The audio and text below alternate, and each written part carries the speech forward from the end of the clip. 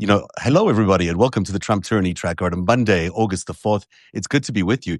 Olga and I were just gossiping, or not gossiping, talking about this interesting Medvedev comment that has come out about Trump. And as she often does, she got stuck in a rabbit hole just before we got into the air here about trying to figure out what's going on. So you know more about the story than I do. Tell me what's the comment and what's he alleged to have said and what did you find out? So this is like my typical day. All day I get stuck in rabbit holes. So a friend of mine commented, I made a comment this morning to her that, oh, look, Dima, which is Medvedev, is quiet the past few days ever since that nuclear submarine threat. Um, so she was like, oh, no, he mentioned something about Epstein and basically threatened Trump. So after I finished what I was doing, I went on Twitter and look, and sure enough, there was a comment attributed to him that basically he threatened that Russia has as much as Mossad on Trump with Epstein and his other sexual Hmm. activities. So I was like, where did this, come from? So I started tracing it back on Twitter. It originated with a Turkish account and it was written in Turkey. And somehow everyone knew to hit translate and, that this was referring to Trump.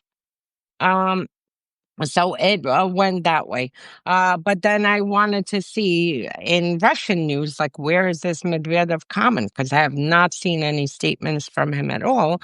And I go back to this Israeli front website in Russian, which had this article attributing the comment to him.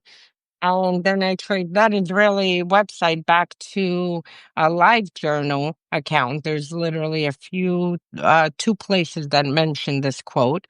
And this Israeli website went back to a live journal, which is like a Russian, like, I guess, medium platform.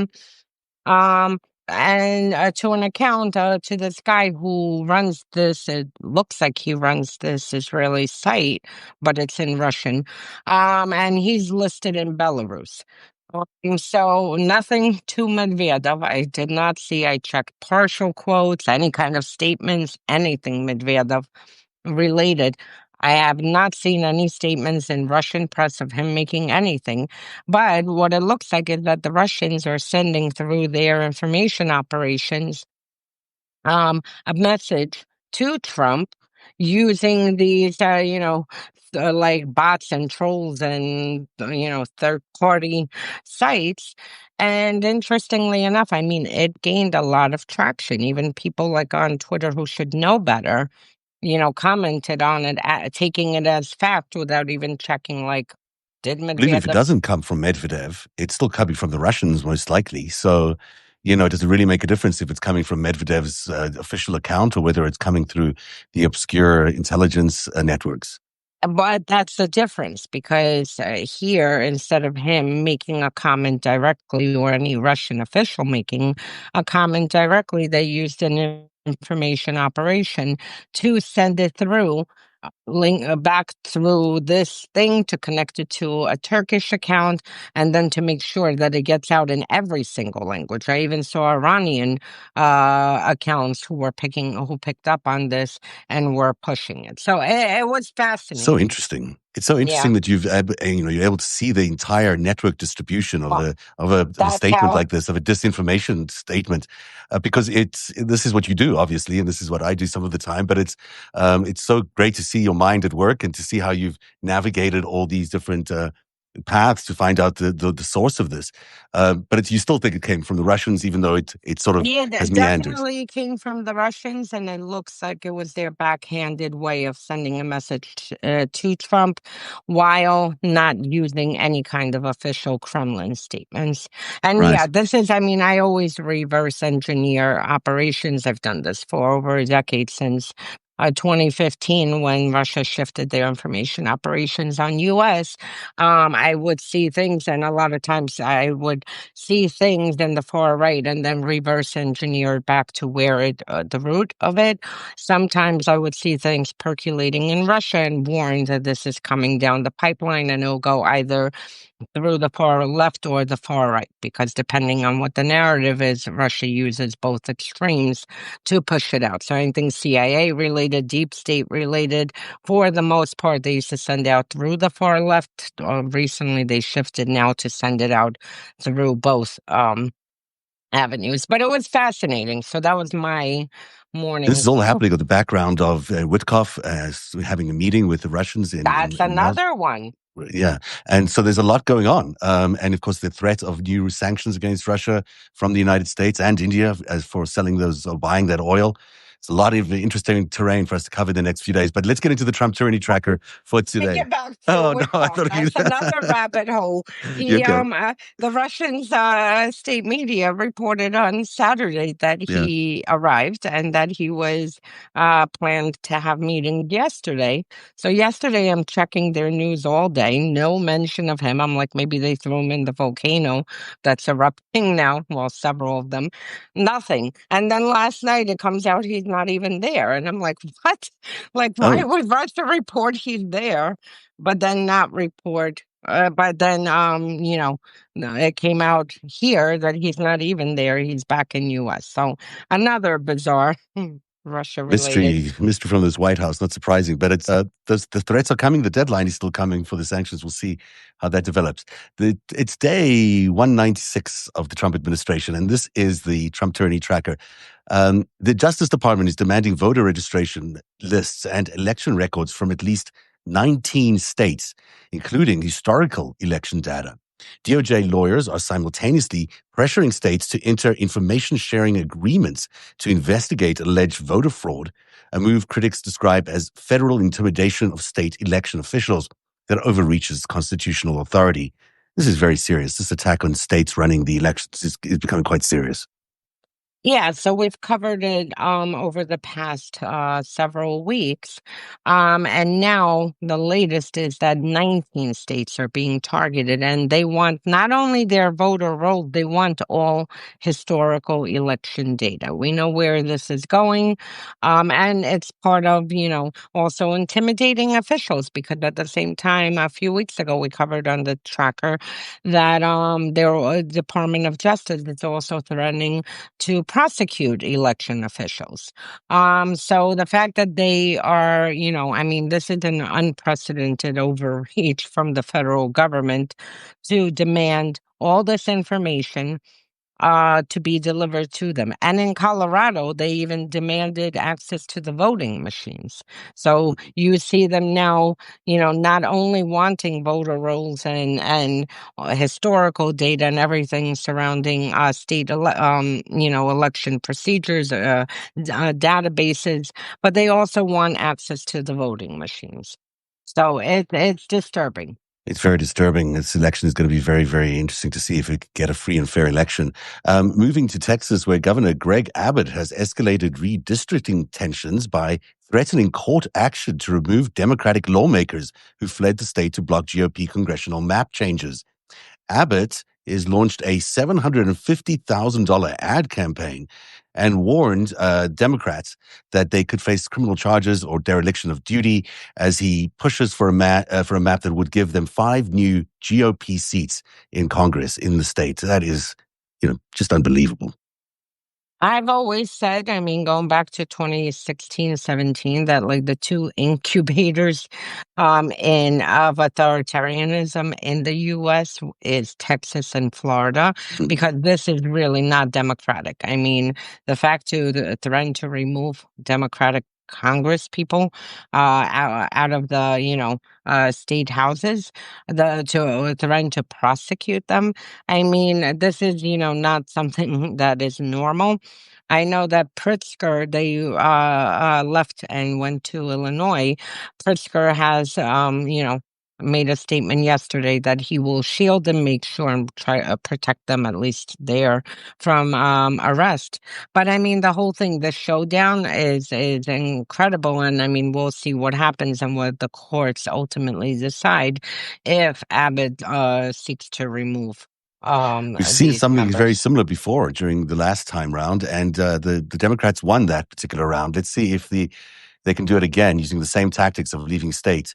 But the laws have changed in Texas, which actually gives the the Abbott government there a lot more leeway in terms of what they can do against the Democrats. So we'll watch that story carefully in the next few days. Palantir, co-founded by Trump ally Peter Thiel, has secured $113 million in new federal contracts and $370 million in additional revenue. As other government contractors lose billions in federal business, Palantir is partnering with them to deploy its surveillance software across agencies from the IRS to the Pentagon, effectively consolidating control over vast amounts of data. This is, we've been talking about this for a long time now. The surveillance state is here. Yeah, and this is exactly what they're doing, and they're growing inside all the agencies. They have taken, data from every single agency. And I mean, we've talked about it countless times that they are fusing this data together. And once they fuse the data together, it can, basically create a centralized system. At the same time, we've seen harassment by federal agencies demanding state data, driver's licenses, Medicaid data, and they want to tap into state databases, which the states are pushing back and suing. But this is very troubling because here you have this one company, that really has grown its reach to within the government. It's so deep. So not even to mention the corruption aspect of how much they donated to Trump and Republicans and are continuing to do it and are receiving contracts as a result. But you also have their growing influence inside of the government, putting this data together, assisting ICE. And right now, as I keep saying, these surveillance tactics are being used for ICE, but they are the test case and it will be expanded to the rest of us. So. And it does give them enormous power, as you pointed. This is a corporation, publicly traded corporation, which has enormous access to all this data. Now, of course, they're going to be interested in increasing their share prices. Of course, they're going to be interested in, gaining more customers. That's going to require them to go deeper and deeper into that data to make analysis and make sales to their customers who are purchasers of this data.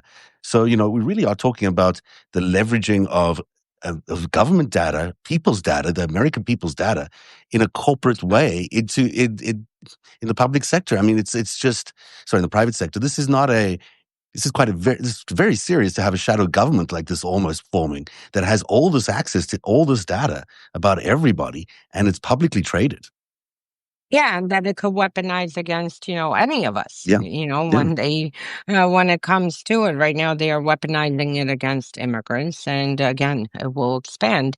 An interesting tidbit: guess where our buddy Theo was? He was meeting with Orban. So you have him like straightly going to directly to the Russian pipeline, and it was him and the former Austrian Chancellor Kurz, the Nazi-linked one that who became popular amongst the far right during Trump 1.0. But this really, we need to put pressure on the states to sue Palantir, to sue the federal government for this, because there is absolutely no need that one contractor can have this amount of data. And even for national security purposes, forget even weaponizing against us. The fact you have Musk who had all this data, you have Theo who has all this data. What if, first of all, they're not, they are not for democracy. What if tomorrow they go and sell this to Russia, to China, to any country around the world? They could sell bits and pieces of our data. So this is extremely something that we really need to push back on, and we can do it through the state and also by, harassing the Congress people and asking them to put, what are you doing about this? Because we did not sign up to volunteer all our data from every single agency to hand it to Palantir. Well, this has come up recently with that letter that they sent Palantir, the congressional members. It's interesting to see if they've got a response, and I'll look into that. I'll give them a call and see if we can find out whether they got a response to that. Moving to our next story, a watchdog group has referred former FBI Director Christopher Wray to the Justice Department for allegedly lying to Congress about an FBI memo targeting Catholics as potential extremists. The referral claims Wray misled lawmakers about the memo's scope and impact during congressional testimony. And the witch hunt continues, right? We're just seeing more and more of it.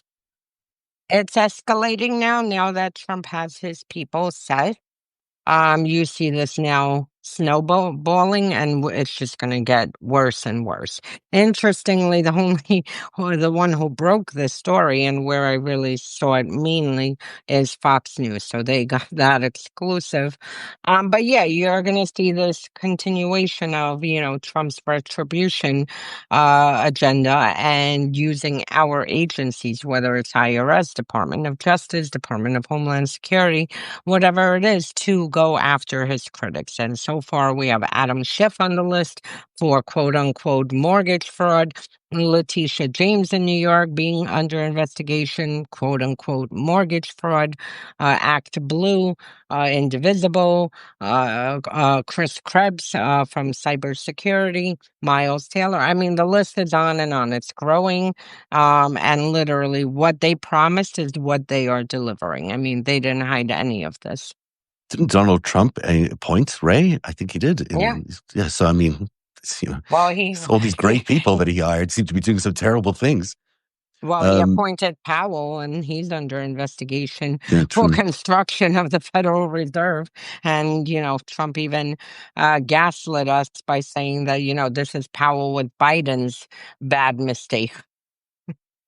So, Staying on the same theme, the U.S. Office of Special Counsel has opened a Hatch Act inquiry into former DOJ Special Counsel Jack Smith, who prosecuted Trump over January the 6th and classified documents.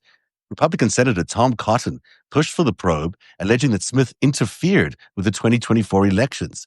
Smith resigned in January before either case reached trial. It's a funny thing to suggest that he actually hurt the Trump agenda. I think he probably helped the Trump agenda. he probably helped the Trump agenda, but I mean, aside from anything, I Yeah. can promise if anybody not named Trump walked out with one classified document, never mind boxes sitting in a ballroom and toilet, one, they would be arrested, prosecuted, and in jail. And since that investigation started on Trump, there have been several DOJ cases of people who took classified information and are serving time. It already got adjudicated and are serving time, and that's it. And here you have Trump continuing his retribution tour. And again, what is the more infuriating is, I always say Trump, Trump, Trump, but this is not Trump. This is Republicans. Republicans are allowing him to do this. They are participating either actively or they're allowing him by staying silent. And, silence is complicity. So, I mean, when you have Congress gone. I mean, I used to joke back in the day, and I'm not now. It's no longer a joke that the Republican Party is like Putin's United Russia. Now they really are like Putin's United Russia, rubber stamping everything, carrying out, Trump's agenda, doing everything in order to maintain power. So none of this would have been possible if Congress actually did their job and pushed back against these unlawful acts and the weaponization of all our agencies. So the Hatch Act is all about, selling stuff, I guess, when you're in office, is making money off. How does that apply to this particular prosecution? It's so confusing to me, and some people are mentioning it here in the chat. What exactly is I mean, maybe you don't even know this, but what are they trying to The suggest he Hatch did? Act is more for interference. It's not as Mm. much selling, it's for interference. And for instance, someone during Trump 1.0, when he was how you call it, which Trump, by the way, violated the Hatch Act a million times. When he was serving in the transition committee and when Obama had put sanctions on Russia and kicked out the Russian spies and seized their property in Long Island, Trump having a backdoor dealings with Russia, promising like don't retaliate, Yeah, right. is a violation of the Hatch Act. So the Hatch Act is when you have someone who is interfering with current foreign policy, U.S. policy, domestic and foreign. So I guess they're investigating under this. Trump, I mean, I can carry on. We could have a whole series on how last year, as Biden was carrying out his foreign policy objectives, Trump was, inviting Netanyahu and Orban and this one and Yeah, doing I was visiting everything. with Macron, I think. Yeah. So So, exactly. So I mean, yeah, who here we knows? are. We'll look into who knows what the logic is for their prosecution, but the key is that they're weaponizing every aspect of the DOJ and every law that they can find against Democrats who have been, and just public officials who have been doing their job for so long.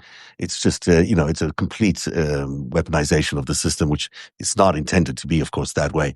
That is the 5-stack today. We should remind everyone we'll be back tomorrow, Tuesday. Tyranny tracker. Your I'm 5 sorry. seconds in I'm sorry. 30. I'm sorry. It's 30. been that kind of day.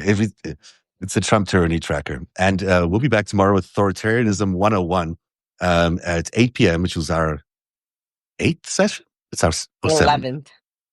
11th session. 10. No. Oh boy. It is our 10th session. We had session 9 last week. This I'm week. sorry. I must be living in a different universe. Forgive us. It's Monday and it's what's tomorrow? Tell me what's up tomorrow with our session. So tomorrow we're going to look at how dictators hijack cultural institutions and and delve into that aspect, which actually can't come at a better time because Congress is attempting to rename Kennedy Center after Melania Trump, after them seizing the Kennedy Center. So or a contribution to the arts and culture of America. Yeah, exactly. So we'll go through that and also talk a little bit about oligarchy, which we see taking shape here. And that's it. And also just one thing, I launched a new series with Julie Roginski. Our new installment is out today. We dropped it this morning. Oh, good. I'm excited to read that. This is all about the 2016 election and how Russia interfered on behalf of Donald Trump. It's a very, very important series you're doing, and I'm so glad you're doing it because I think it's going to become an even bigger issue as we proceed down this weaponization of the Justice Department. One programming note for me, there's no 5-stack today, actually, but there will be a 7:00 p.m. You special. just had it here. You just had it here. That it's at 7 p.m. tonight. I'm sitting down with Vicky Ward at a Substack Live, and we're going to compare notes on Epstein. She's got a lot of interesting research and books that she's done about it. I have my own thoughts, and it'll be interesting to see how where they correlate and where they don't. So I hope everyone joins us. It's Vicky Ward and me at Substack Live tonight at 7 p.m. Nice. And that is the Trump Tyranny Tracker today. We shall see you again tomorrow, Olga. And I'm sure I'll get my facts right. It won't be the 5. Oh, trust me, I'm with you today. I'm exhausted, and I worked all weekend, and that's it. My brain is in the same. I hear putting pieces together. It's all we do. Thanks, everybody. Someone asked 7 p.m. Eastern time. Eastern time, yes. Eastern time. Okay, yeah. Eastern time.